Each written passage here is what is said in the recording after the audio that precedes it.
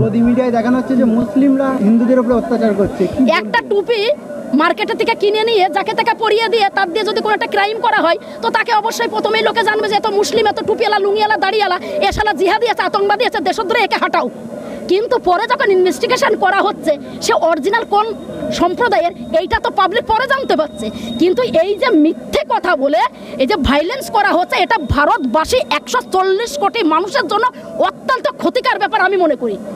দেখছি এই শান্তিপূর্ণ আন্দোলন করতে গিয়ে ওয়াকফ সম্পত্তি নিয়ে ওখানে 3 জন নিহত হয়েছে, বেশ কয়েকজন আহত হয়েছে, কি বলবে? এটা তো খুবই দুঃখজনক ঘটনা যে ছেলে এবং বাবা ওখানে মারা গেছে। তো এইটা খুবই নিন্দাজনক ঘটনা। তাদের আমি আত্মার শান্তি কামনা করি ঈশ্বরের কাছে। কিন্তু যেটা আমাদেরকে আমরা দেখতে পেরেছি পরে সোশ্যাল মিডিয়াতে এবং পুলিশ প্রশাসন যেটা জানিয়েছে নিউজের মাধ্যমে পরে যেটা জেনেছি যে সেখানে প্রায় 100-এর মধ্যে 85% কিন্তু তারা কিন্তু বাংলার বাইরের রাজ্য থেকে এসেছে শুধু একটা ধর্মকে কালিমালিপ্ত করার জন্য, একটা ধর্মের প্রতি অবিচার করার জন্য, একটা ধর্মের পেছনে লাগার জন্য, হিন্দু মুসলিম বিভাজন করার জন্য। এটা পুরোটাই কিন্তু চাল কিন্তু ওই অধিকারী প্রোডাক্ট, ওই কাথির গদ্দার, ওই শুভেন্দু অধিকারী আর অনেকে মিলে কিন্তু এইটা ওরা কিন্তু আইডিওলজি একটাই বার্তা দিতে যায় এই বসিরহাট লোকসভার পবিত্র মাটিতে দাঁড়িয়ে যে যেটা করেছে এটা অত্যন্ত একটা জঘন্য ব্যাপার। এটা অসাংবিধানিক কাজটা করেছে। আমার মনে হয় যে আজকে যেভাবে একটা ধর্মের প্রতি অবিচার করছে মোদী সরকার, বিশেষ করে ভারতীয় জনতা পার্টি যেহেতু ক্ষমতায় আছে, আমি বারবার একটাই অনুরোধ করব যে এই বিলটাকে উইথড্র করা হোক। কারণ এটা কোনো রকমভাবে কিন্তু কোনো সাংবিধানিকভাবে কোনোভাবে এরা এটা করেনি।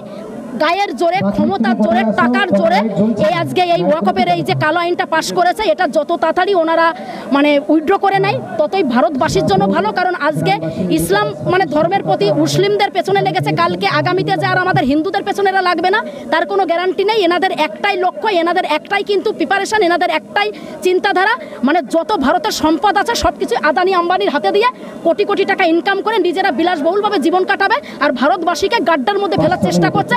আমি হিন্দু, মুসলিম, শিখ, ইসাই, জৈন, বৌদ্ধ অল কমিউনিটির মানুষকে বলবো যে এই আইনের বিরুদ্ধে আমাদেরকে লড়তে হবে আগামীতে, যাতে আরো অন্য ধর্মের প্রতি এই ধরনের কোনো রকম প্রিপারেশন নিতে। বসিরহাটে এই যে হিঙ্গলগঞ্জ বিধানসভাতে এসছি, বরুণহাটে, তো এই সভাতে যে এসছি নিশ্চয়ই দেখতে পাচ্ছেন এখানে লেখা আছে ওয়াকফ ভাষা সমাবেশ, ঠিক আছে? তো এইখানে এসে আমি যে বক্তব্য দিলাম এবং আমি যখন এসছি আমাকে এখানকার প্রত্যেক যেসব আমার ভাই দাদারা আছেন, গুরুজনেরা, মা বোনেরা এতটা ভালোবাসা দিয়েছেন, এতটা সম্মান করেছেন, সত্যি আমি অত্যন্ত গর্বিত। এবং আমি মনে করি যে এই ভালোবাসাটা প্রত্যেকটা জায়গায় ছড়িয়ে পড়ুক, আমি এইটা চাই। অনেক অনেক ধন্যবাদ বরুণহাটির প্রত্যেক পরিবারকে এবং যারা বিশেষ করে অর্গানাইজটা করেছে সেই সব ভাই দাদাদেরকে আমি স্যালুট জানাই যে এত সুন্দর শান্তিপ্রিয় একটা একটা শান্তিপ্রিয় একটা সমাবেশ করেছে। ব্যাস এইটাই বলবো।